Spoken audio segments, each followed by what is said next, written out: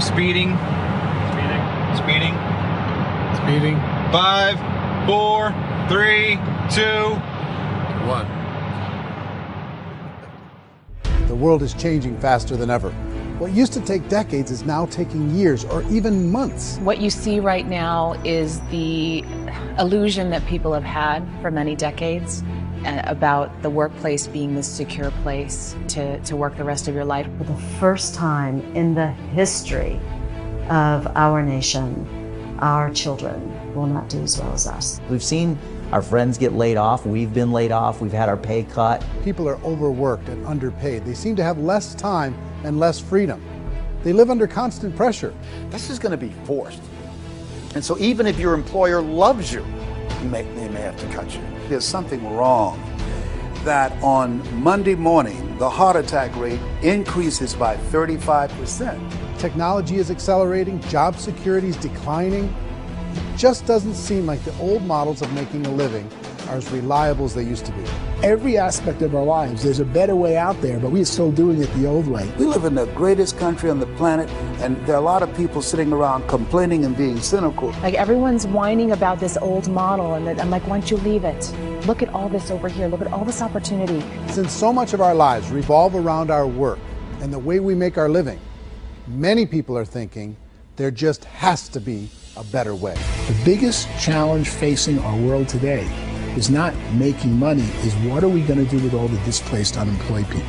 People are afraid that they're going to make the wrong decision. People are afraid of the unknown. People are afraid that maybe I don't have the skills. Hey, sports fans, industrial age is over. It's dead. It's dying. That's why going to school to get a job is an obsolete idea. A steady paycheck is an industrial age idea.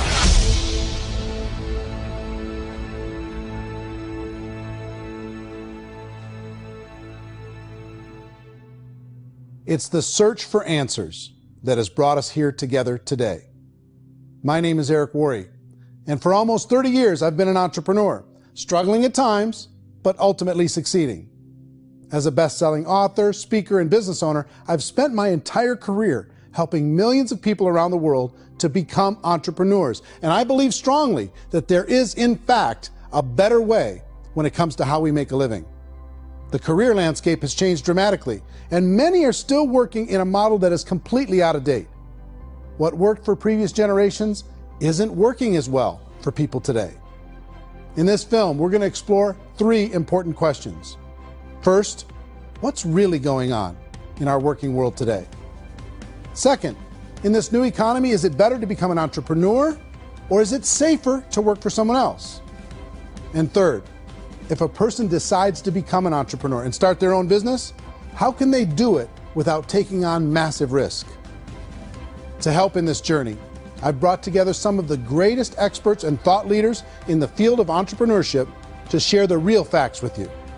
My intention is to give you new information that will allow you to make choices that are not limited by an old, outdated model. Let's start by understanding what's going on in our working world today.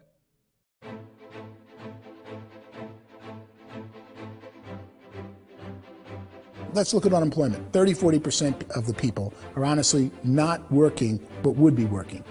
What our government does is if you haven't found a job in 6 months, we don't call you unemployed. We pretend you dropped out of the labor force. I've often said that unemployment, particularly structural unemployment, that's unemployment due to technological changes, is the first sign of economic growth.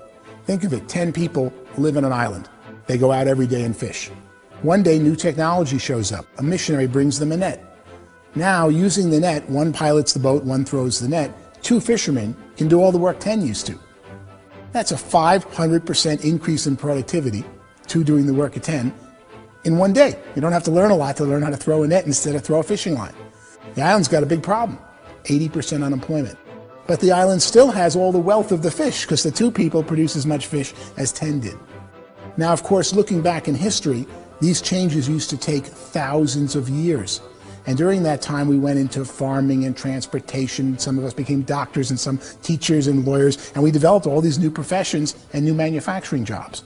Today, these changes are occurring literally in one day when a new technological advance occurs, and we don't have the social structures to deal with it or to retrain the unemployed people. So one of the things that I think is interesting as I travel across the country and really travel around the world is the way that we work and the way we get paid for work is changing pretty dramatically.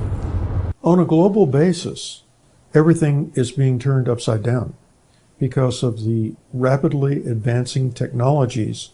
They are eliminating many jobs, and we have been left with many people not prepared for the jobs that exist. A lot of demand in public companies was to squeeze out all the fat and to get just as much margin as we possibly could, and fat equals humans. So this idea of job security in information age is so obsolete, but it's still taught inside our school system, and that's where the problem starts. There's no financial education in school system, and people are still trained to be employees to work for that paycheck. This is a chart on the middle class.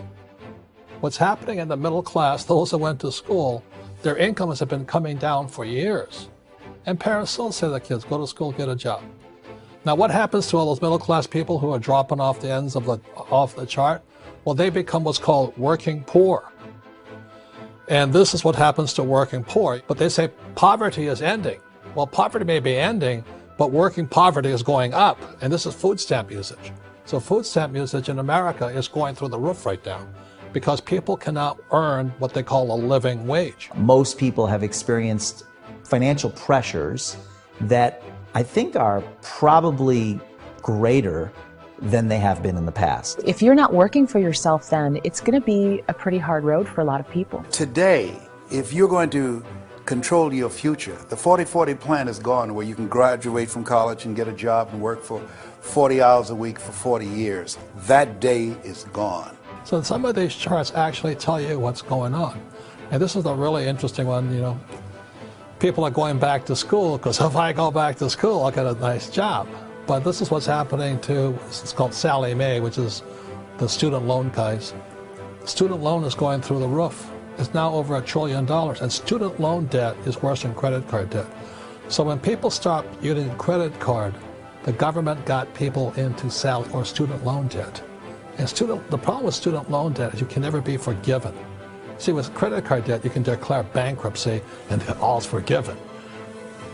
But student loan debt, you can declare bankruptcy, you still owe it. It's the worst of all debt. But this is the next picture. Look at this chart here. This is what's happening to wages of college graduates. It's going down. So you go to college, you rack up all this debt, but you earn less money. Now, that's not that intelligent. Average person who's been working a lifetime in America today is ending their lifetime at 65 with about $41,000 in assets. They earned just enough to survive. I think in the United States we have something like 17 trillion in debt. That's just the federal government debt. We got another 2 in municipal and in other, let's call it almost 20 trillion government. We've got 40 trillion in private debt. That comes up to close to 60 trillion. When you then add something we never had before, what you were talking about, when we look at the unfunded portion of Social Security and primarily Medicare, Medicaid, that at the most conservative estimates from outside firms, Kleiner Perkins, 67 trillion and growing. That's more than all our other debt. There's less conservative estimates that say it's 84 trillion or higher. I added up conservatively $127 trillion in total debt. Debt is a financial drug. When you take it to excess, it's like taking a drug. Yeah, it makes you feel better, it enhances your performance, but at a huge cost, eventually it kills you. And so that's what happens. We keep doing more and more debt, and you get less and less results, just like a drug, until the debt gets so high that it crushes the whole system. That's where we're at, 8.2 times GDP. You know who I feel sorry for? I feel sorry for the person who dreads going to work, who is sick to their stomach on Monday morning, who hates their alarm clock, who gets a little glimmer of hope on a Wednesday because it's hump day and says, thank God it's Friday. And they live for those 2 days a week where they get to be themselves and they don't have to be around people they don't like, and they don't have to play the political game in the office, and they don't have to live this half life. The person that works 50 weeks a year just to be able to have the 2 weeks for vacation. And you know what happens to most of them nowadays? They don't have a vacation. They have a staycation. They have time off of work, but they don't get to go where they want to go because they're overextended. They've got all this debt. They got all this situation. They hate their alarm clock. They can't sleep until they're done. They have to spend most of their life in traffic. I feel sorry for that group of people because there's a better way. They just don't know it. I see this really interesting attempt at rugged individuality in a 6x8 rectangle. And I feel like you're all the same, except for the little push pins of the pictures. There's different pictures. Yours is named Jenny and his is named Sujara, but it's the same people. And this is how they are, and they're just like the zombies, and there's no joy in there, there's no fun. There's always like the wacky woman who decorates her cubicle, and that's the most she can do there. You got to give her credits, right? The wacky cubicle woman. The basis for their life is worry. I'm worried, you know, maybe I'll get fired. I'm worried maybe my company will go out of business. I'm worried I can't keep spinning the plates on paying the bills. I'm worried about how do I send my kids to college. I'm worried, what if the transmission of my car breaks? That's, you know, 2 or 3, I can't fix it. People live in a sea of worry, and it eats at them. Those signs that people held up during the Depression didn't say looking for gainful employment in a cubicle. It said looking for work. Work is what we're looking for. Job is just a unit of measurement. Work is what we're going after. It's time to look in the mirror and say, it's not the economy, it's my economy. It's my little world of where I am. I need to improve. I'm not going to wait for the economy to come back because, frankly, the economy is doing great in this country. So I'm here on Wall Street, the financial center of the universe, the financial capital of the world. This is where most people's money goes to at least be held for a time, right? With interest rates in banks being effectively zero, and many experts are predicting it's going to stay at zero for the next 10, 20, even 30 years, people feel like they don't have any choice but to put their future into equities, to put their future into the hands of other people on this stock market, and hope that the stock market goes up, hope that the stocks that their advisors pick or that they pick goes up. That's one way to go, I guess. It's my personal belief that if you put your future into the hands of yourself, in other words, you have earning power by yourself, I think you're a better investment than these guys. I think you controlling your future is a better option than handing over your retirement to these guys. The average household income in the United States is approximately $50,000 a year, what they call the middle class. To reach the top 25% of income earners, you need to earn at least $90,000 a year. To reach the top 10% would be a household income of $140,000, the top 5%, $190,000, and to be in the top 1%, you'd need a combined household income of at least $380,000 a year. So here's the question. What do you think would give you the best chance to move up and get to the top 10%, the top 5%, the top 1% or beyond?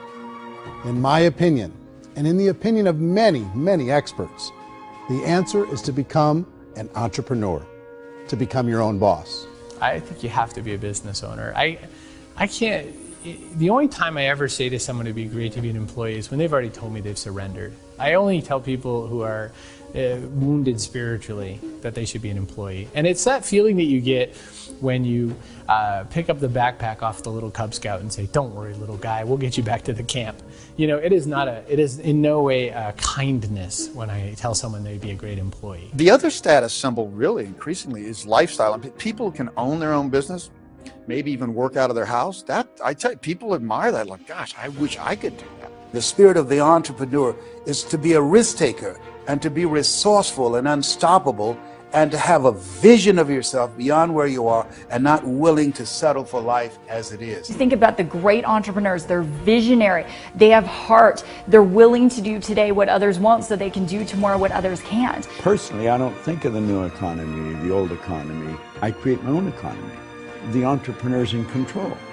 I decide what the economy is going to be like. In the world of entrepreneurship, there are no limits. You can make as much as you want, depending on how much you want to work and how smart you are and how great a team you put together.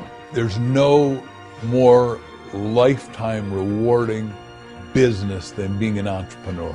Why in America, where anyone could be anything, would people want to give up their freedom and become effectively a modern-day slave, told shut up and be here every morning at 7:30, leave at 5:30, and do what I tell you? If people decide to become an entrepreneur and work for themselves, they have some traditional options, but they're riskier than you might think.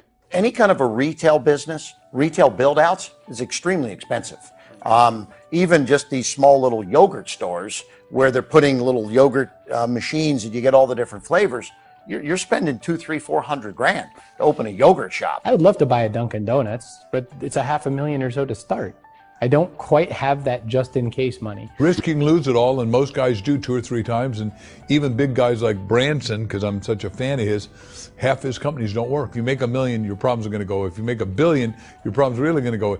Just the opposite. You and I know when you're making $1 million, you get $1 million responsibilities. You make $1 billion, you got 1,000 times $1 million responsibilities. And most people say, I'd love to be my own boss. 70% of Americans would love to be their own boss, according to recent polls. But they don't know how to get there. Because what are you going to do? One, you could buy an existing business. If somebody's selling an existing business, you have to ask why. Usually because it's probably hard. It's probably not making as much money as they hope. 2, they could buy a franchise. A little less risk, proven system, but it's expensive to be able to do that. 3, they could start something from scratch. And that's where a lot of people feel like, I don't have the chops to do it. I don't have the money. I don't have the product idea. I don't have the expertise. I don't have whatever it's going to take to be able to get there, and I can't risk my family to do it. So 4th, they could become an investor. A lot of people in this town invest to try and figure out a way, but you got to be pretty smart with that game too, right? Venture capitalists, who are the very best and most sophisticated in investing in new breakthrough businesses, make it on 1 out of 11. That means 10 out of 11 are mediocre or fail. Most of them fail.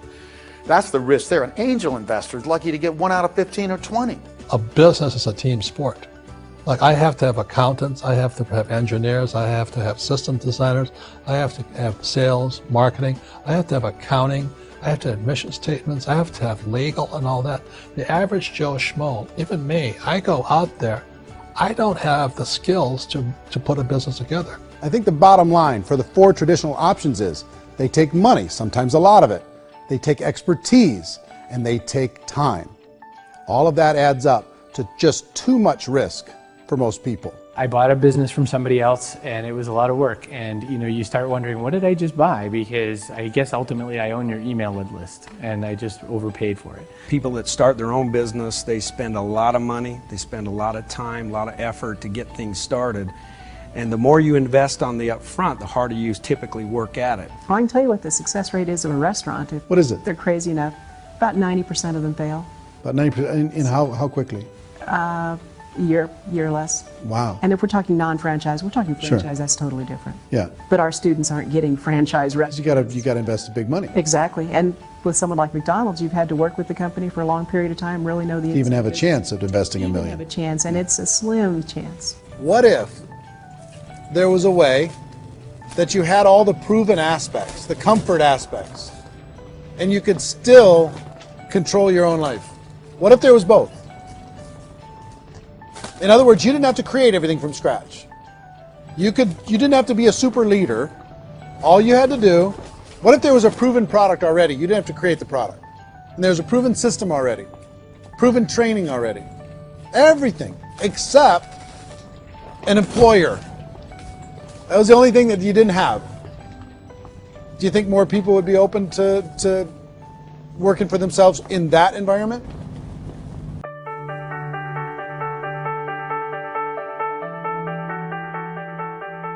In our search for a better way to make a living, we've come to the conclusion that becoming an entrepreneur is actually safer than being an employee. And through our look at the entrepreneurial options, one particular path kept coming up from expert after expert. And I think most people will find it surprising because it's certainly a non-traditional business model. That model is for people to start their own business and become an entrepreneur through the creation of a network marketing business. Some people call it direct selling because the product is being sold directly from the manufacturer to the end consumer, cutting out the middlemen. Other people call it multi-level marketing, or MLM, because there are multiple levels of commissions paid. The most common term today is network marketing, because network marketing best describes using a large group of independent distributors, independent entrepreneurs, to move a product or service more efficiently. So my friend here, Donald Trump, and I, we always write about the network marketing industry. And the reason we support the network marketing industry is because it really is a business school for entrepreneurs. Because most people come out of school looking for a paycheck. Oh, that's terrible. I went to network marketing like that. I think if it didn't exist, we should invent it. It is that good. I think direct selling is a great way to do business today. It's very easy to get into that industry, and you can be self-employed, be, in effect, an entrepreneur. When we see multi-billionaires adding network marketing companies to their portfolio of companies, that would be a clue. When we see people who are very famous authors and very famous business people endorsing the industry, that would be a clue. These network marketing companies aren't $50 million companies. They're billions and billions of dollars. They lead the stock market. They're major companies. When we're going to get it? You know, and you're going to school to work for a paycheck, but if you want to be rich, be an entrepreneur, and network marketing gives you the spirit to be an entrepreneur. A traditional company will spend up to 50% of their total revenue on marketing. Network marketing companies use a different approach. Instead of having all that extensive marketing expense, they utilize a network of independent distributors to do the marketing for them. Now, why do they do this? First, because word-of-mouth advertising is so much more effective today than traditional media advertising. Second, some products need to be explained or demonstrated, and an independent salesperson can do that more effectively than an ad campaign. Third, it's completely efficient. The company only pays for the marketing of their product if a sale happens and not before. Imagine if Amazon allowed you to become an independent distributor and paid out 40% of its revenue to that distributor group. All you had to do as a distributor was recommend a product, and if a person bought it on Amazon, Amazon would take care of all the logistics, and you'd get paid for bringing the customer. Now imagine you got paid for every purchase that customer made for the rest of their lives. Well, Amazon doesn't offer this option, but network marketing companies do. 85% of all buying decisions in our society are made as a result of word of mouth or reputation. We're recommending things to each other all the time. You know, who's your dentist? Who's your doctor? Who's your lawyer? What detergent, are you using? What legal system are you using? What product are you using? We're talking to each other about the things that we love anyway. When you go into a big box retailer, you're lucky if the clerk looks you in the eye, much less gives you any detailed or accurate information about what you're purchasing. So of course, this personal information, this education coming from a friend, a neighbor, a relative, or even a stranger, but one who has experience with the product is extraordinarily valuable. As a matter of fact, network marketing can educate consumers probably better than any other form of marketing. It certainly can do better than advertising, because advertising usually has a certain hype to it, and you can only get limited information. So, network marketing trumps advertising. If you were a typical sales company and you wanted to sell $1 million a month worth of product, you might go find 100 superstar salespeople. The quota would be $10,000 a month. So network marketing as a distribution system just flips the numbers. So we use 10,000 happy, raving fans of a particular product, and we don't concern ourselves so much with how much product each one of them individually sells. If they sell just $100 or $200 a month, and there's 10,000 of them, you're selling $1 million to $2 million a month worth of product. And that's the best way I can explain how network marketing works. This is the marketing arm of the company. There's not money being wasted on bricks and mortar. There's not money being wasted on inventory that's sitting stagnant somewhere. There's not of employees standing around that don't have customers. These are people that are going to connect with customers. These companies allow people to become independent distributors for extremely low cost and with no minimum time or sales quota. Essentially, they own their own business and can provide as much or as little sales as they choose.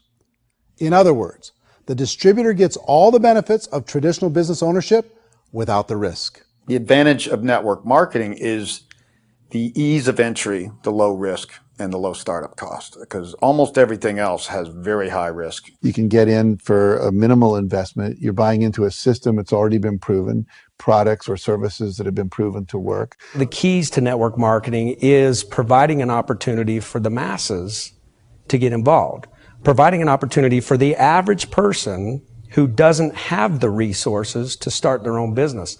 All of this so far is fairly straightforward, but network marketing offers another benefit, and it's this benefit that makes it so interesting for entrepreneurs. Network marketing allows a distributor to build their own network of other distributors and then compensates them on the sales created by that entire group. Direct selling is, at its base, very simple. It's the sale of a product or service to an individual on a face-to-face, one-on-one basis, just the way we're talking right now. But there's an important element as well, and that's the offering in conjunction with that sale of product, the offering of an opportunity for someone to make something of themselves. No matter what your social status is, no matter what language that you speak, I mean, look how many unbelievable people are becoming successful to speak every kind of language out there. What an awesome gift to give the world. Instead of having to work your way up in a system and prove that you could be a sales manager, they just decided everybody can be a sales manager. Everybody gets to build a sales team from day one. And so what that brought into the system of growth as a direct selling company is the concept of compounding or geometric progression. Because now you can actually grow sales force very quickly because everybody is enrolling people in their own sales force. People who are like, oh, this is weird, I'm building a sales team. Or what do you think you do at a regular company? How do you think a regular company works? Network marketing is the only industry that doesn't say your past determines your future.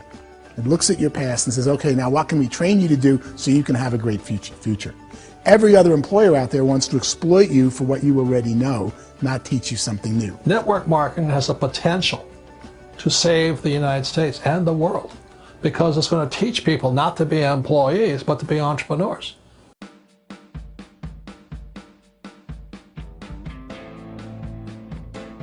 According to the Direct Selling Association, if you add up all the network marketing companies around the world, they combine to do over $178 billion a year in retail sales.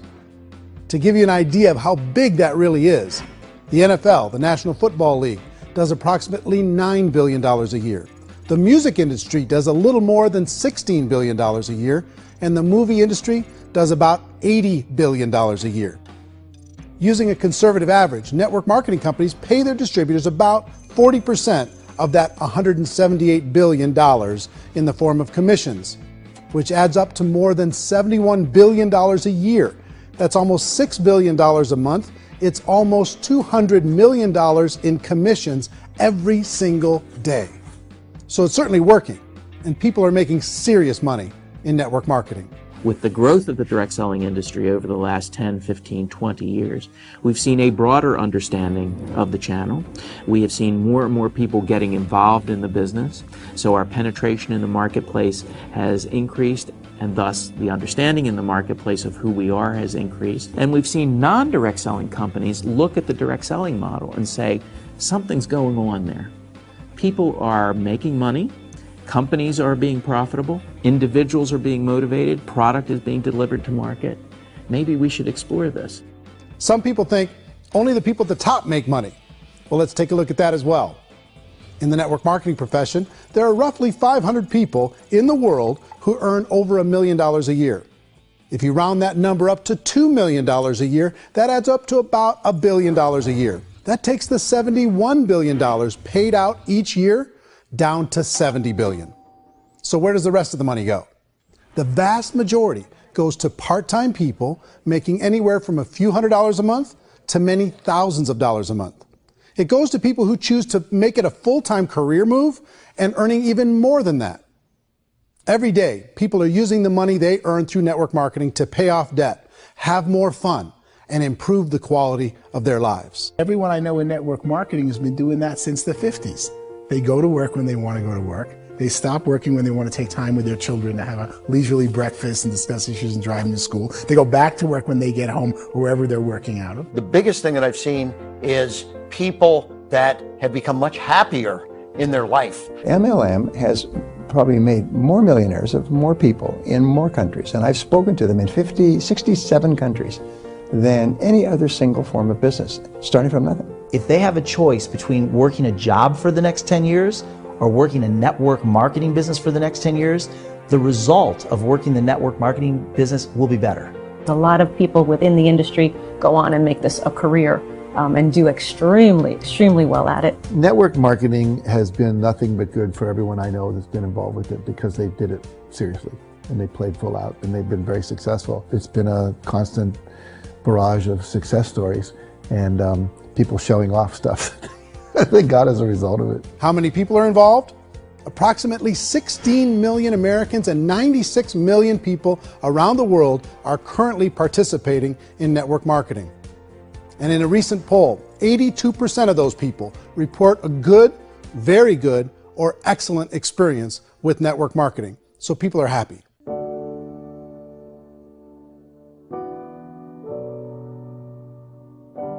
So I've taken a look at the network marketing profession and really tried to understand why so many people are confused as to the validity of this as a business. One is this pyramid shape. People get really messed up with this pyramid. Oh, it's one of those pyramid things. So I just think there are a lot of haters out there who really don't understand the industry and say, oh, it's a get-rich-quick scheme. It's a pyramid. Well, corporate America is a pyramid scheme. You know what I mean? It goes like this. You have thousands of MBAs, let's say working for Ford or General Motors or Coca-Cola. If all these MBAs, they're all trying to get to here, that's a pyramid. Only one guy's going to make it. Every 10 years, one's going to make it. Whereas you look at network marketing, it's like this. So you're here, and your job is to develop other CEOs coming up behind you. So it's an inverse pyramid. In network marketing, it's a very simple concept. If you sell product, you get paid. It is paid based on production. There is no first mover's advantage. There is no investment component where the more somebody spends, the more they're entitled to make. So the two are polar opposites of each other. It doesn't matter what shape the company is or the compensation plan is shaped, whether it's a circle or a pyramid or a triangle or a trapezoid, it doesn't matter. If compensation is coming primarily from recruitment, then you've got a problem. On the other hand, if an operation is basing their compensation to participants on the basis of sales, even when those sales are generated by people you've recruited, well, then you're a perfectly legitimate enterprise. That's the legal test, it's the practical test. Another issue that's been true in the past that is no longer true now is people used to be in network marketing loaded up with products that they couldn't sell and they ended up a loser. They ended up with a bunch of product in their garage, they ended up with a bunch of products sitting in their kitchen shelves or whatever, and they thought they could sell it and then they weren't willing to or able to sell it and they ended up with a bunch of stuff and they were bitter about it. There was this thing called front loading where you had to buy if you bought $25,000 worth of product, you got better commissions and all this. Today, it's almost all done by computer. It's direct mail comes from a warehouse somewhere else. You don't have to have all this inventory. You don't have to stock up. It's a paperless world now. Most of it's done online. You have a back office. It really works. And I mean, the technology has changed everything. Third issue is people start talking about 99% of people in network marketing don't make any money. Well, we've talked about that over the course of this journey together. Almost $200 million a day is being paid out to network marketing distributors around the world. The naysayers, the people who say that it doesn't work, are usually the ones who just don't know how to make it work for themselves. And so they're giving you an opinion, and I tell people, don't confuse people's opinions with expertise, because opinions are free. And don't confuse sincerity with the truth, because people could be sincerely wrong. But here's the reality inside of network marketing. The vast majority of people that get involved in network marketing just become customers and they get involved to be able to purchase product at a lower price. If you take Costco as an example, if a person goes into Costco and gets a membership to Costco so they can get a lower price on the product, we don't call that person a loser because they have a bunch of product that they walked out with a smile on their face. Yet when some people want to take a look at network marketing, they say, well, those people, they're just using the product and they aren't earning an income, so they must be a loser. They're not a loser, they're a happy customer. That's the vast majority of people that are involved in network marketing. Now, a smaller percentage of those people decide to go build a business. They earn $300 a month, $500 a month, $1,000, $2,000. That's the bulk of earnings in network marketing. And then there's the few that really decide to take it serious, really decide to build a large network, really work to make that network very, very productive. And those people make huge amounts of money and there's no cap. What I do as an outside economist, just somebody looking at this industry like any other industry I speak and say, look, what's the realities of this? 1% do incredibly well. 10% generate some additional income at pretty low risk and effort, that's fine. And 90% of people roughly end up customers. One thing that I think is real when it comes to people's perceptions about network marketing is people put this, and distributors, I think, involved in network marketing have some responsibility for this. They have sometimes unrealistic claims about the product or about the income. Most people who become distributors, they want the money, they want to be successful, but they don't have the skills. They don't know what to do. And when people don't know what to do and they're in a new business, they're scared. And when they're scared, they panic and desperation kind of sets in. So they think everyone they talk to has to get in. So if I talk to you and you say, well, no, I don't have time to do that, they're like, no, I need you. You have to do this or I won't be successful. So I start clawing on you. I start that desperation. So then I start making claims about the product, which are not appropriate, probably not even true. Or I start saying, oh, let me show you how you can make all this money and you don't have to do anything, Eric. And so you just totally misrepresent the opportunity, and you're clingy with people because you think you need everybody to be successful, and you don't. You know, one of the messages that I try to deliver most forcefully to companies as well as salespeople in direct selling is that you don't have to overpromise. The reality is in network marketing, there's a lot of hard work involved. There's a lot of effort. You're going to have to develop yourself. It's a business like anything else. It's going to take some time, but in my opinion, it's better.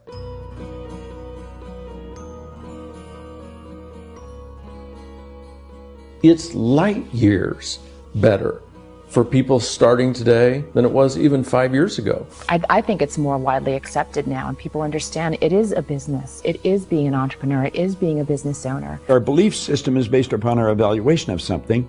And frequently, if we reevaluate a situation, our belief about that situation will change. The industry has changed and it's grown up. It's totally transformed. You've got young people today that have grown up with social media, and they understand networks. They understand how people are connected through technology, and they understand how money flows through those networks.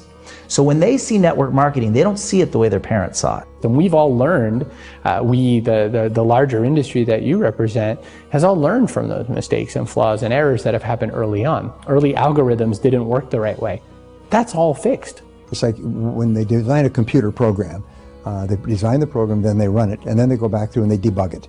The MLM industry has been debugged. This is the day of being virtual, being able to run a business from your mobile phone. I mean, it's incredible. Companies are getting smarter. They're implementing more consumer protections. They're implementing more compliance training. They're doing more with respect to product research. If you do get involved and you make purchases of inventory, even on a voluntary basis, if you decide that this business is not for you, you can leave and have that inventory repurchased by the company. There's no other business that offers that kind of protection on a voluntary, self-regulatory basis.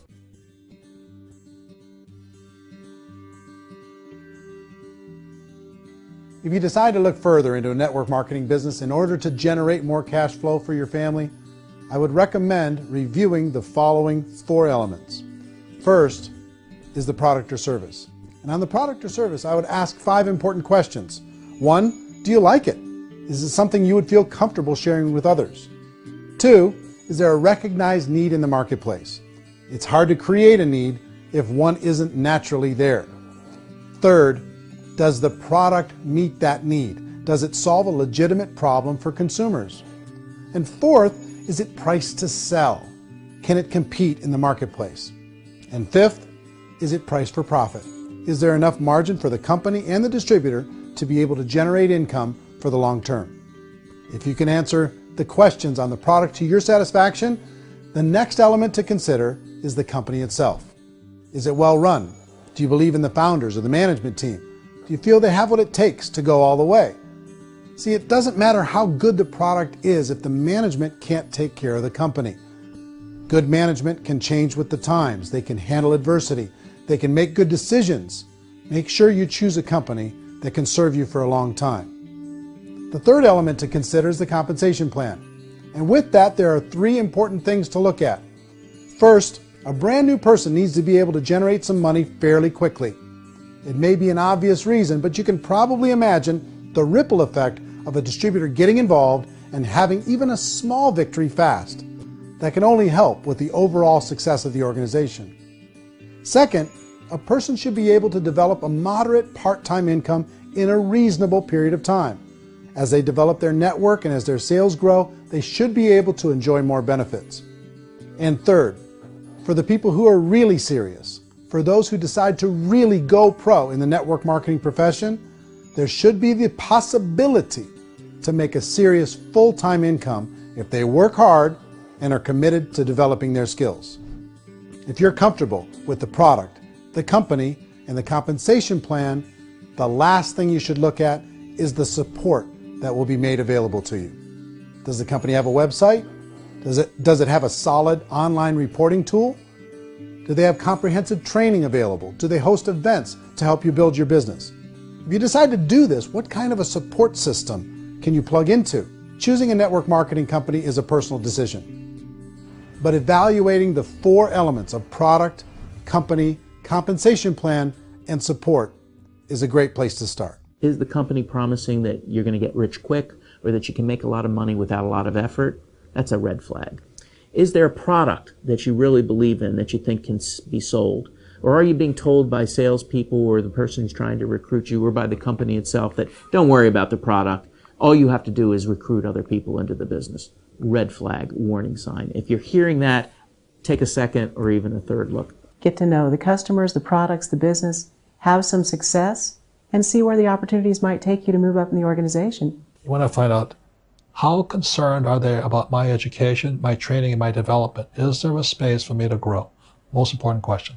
Learn everything that you can about the product. Make sure it's something that you believe in, and learn everything you can about the industry and work that system. You have to be very passionate about whatever that company is doing. I would get involved. You can always test drive anything, you know, the product, the service, the community, and then lean into it a bit. If it feels good, then lean into it a lot. Behind me is the Lincoln Memorial. And this is a place where Martin Luther King Jr. had his famous "I Have a Dream" speech. And at that speech, he talked about his dream for equality for everyone around the world, and that's a noble dream. But I think more people need to remember what it was like when they were kids and the dream was still alive in them. Before it got beaten out of them by reality, by this paycheck, by these responsibilities, and by having to live for this job to pay the bills. I think people need to remember that, go back to that. Once they know that there's a better way, I think their future is going to be much brighter. They can live a better life.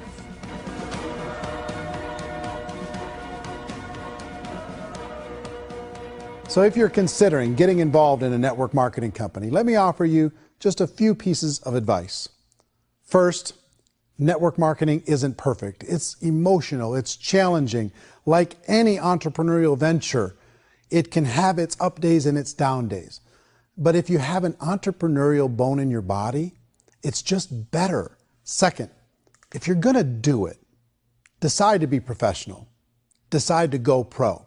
It's better to do that than just be this amateur sticking your toe in the water.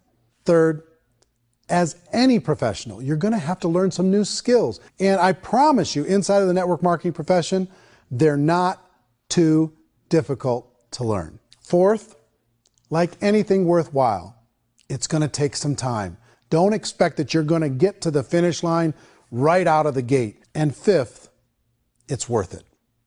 It's worth it to be able to take charge of your life again. It's worth it to be able to control your own financial situation. It's worth it for the people you're going to be able to spend time with. It's worth it for the things you're going to be able to see and the experiences you're going to be able to experience. It's worth it for the causes you're going to be able to contribute to, the lives you're going to be able to touch, the customers you're going to be able to help, the friendships you're going to be able to develop.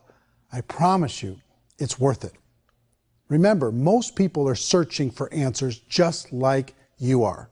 But I do have to tell you the catch to network marketing. If there is a catch, if you want to understand this from an emotional point of view, people say, well, it sounds too good to be true. It's not, it's hard work. But here's the catch. Most people still don't understand it. So you're going to have to endure the loss of social esteem from ignorant people.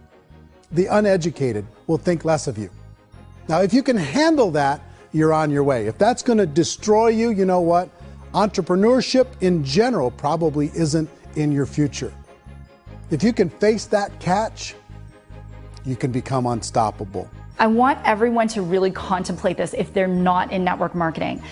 You're in a job, you probably have a mortgage, you have rent, you have debt, whatever's going on. You're in a prison. You work just hard enough to keep them from firing you, and they pay you just enough to keep you from quitting. Come on! I've been there, done that, and bought that t-shirt. In network marketing, if you run into failure, it's really just a homework lesson for yourself. There's no one to blame. You really have no excuse not to be successful. You just don't. People don't want to hear that, but there's so much available to you. If you want to be a good network marketer, be a student to the people above you, be a fellow traveler to the people on the same level, and be a teacher to those below, and know when it's appropriate to do which. People who are not afraid of asking people to buy things, or not afraid of persuading people with a chance they may say no, these people own the future. Nothing happens until something moves. So you got to go move, you got to go do something, or nothing's going to change in your life. In the beginning, you're going to do a lot of things that you don't get paid for. But as you go down the road, you get paid for a lot of things that you don't do. And your job is rehabilitate the spirit, the entrepreneur spirit in all of us. Get it back. Either give it a strong yes or a strong no, but no wishy-washy, dilly-dally stuff in the middle. There's dreams and there are nightmares, but I believe that the biggest nightmare of all is when you don't pursue your dream. You're going to see some monumental growth in this profession. It's an exciting, exciting time to be involved with the network marketing profession. The next 10 years, I see just exponential growth. When that tipping point comes, it's not a matter of asking somebody, have you ever heard about network marketing? You're really asking them, which company are you building your wealth in? We are here to fix the world, to improve relationships with other people, to improve other lives. And the real reward comes as an entrepreneur at any level from teaching somebody something and watching them soar. There is no greater reward.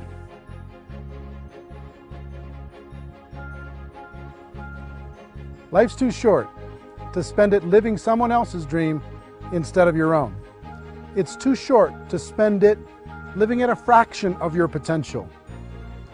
Can being an entrepreneur be a challenge at times? Sure. But here's what you get in exchange. It can be yours. Something that you built, something that you created, something that you made happen. This balloon represents your dream. It represents entrepreneurship. My wish for all of you is that you would reach out and grab it. The choice is up to you.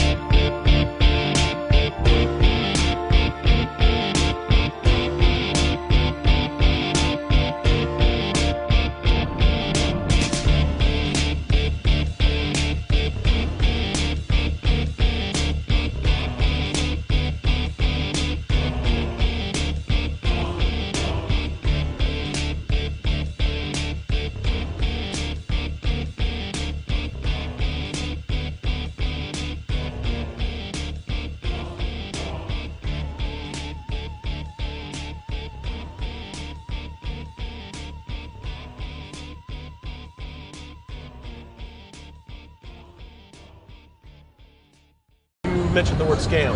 Why did you mention the word scam? The only reason it is a scam is because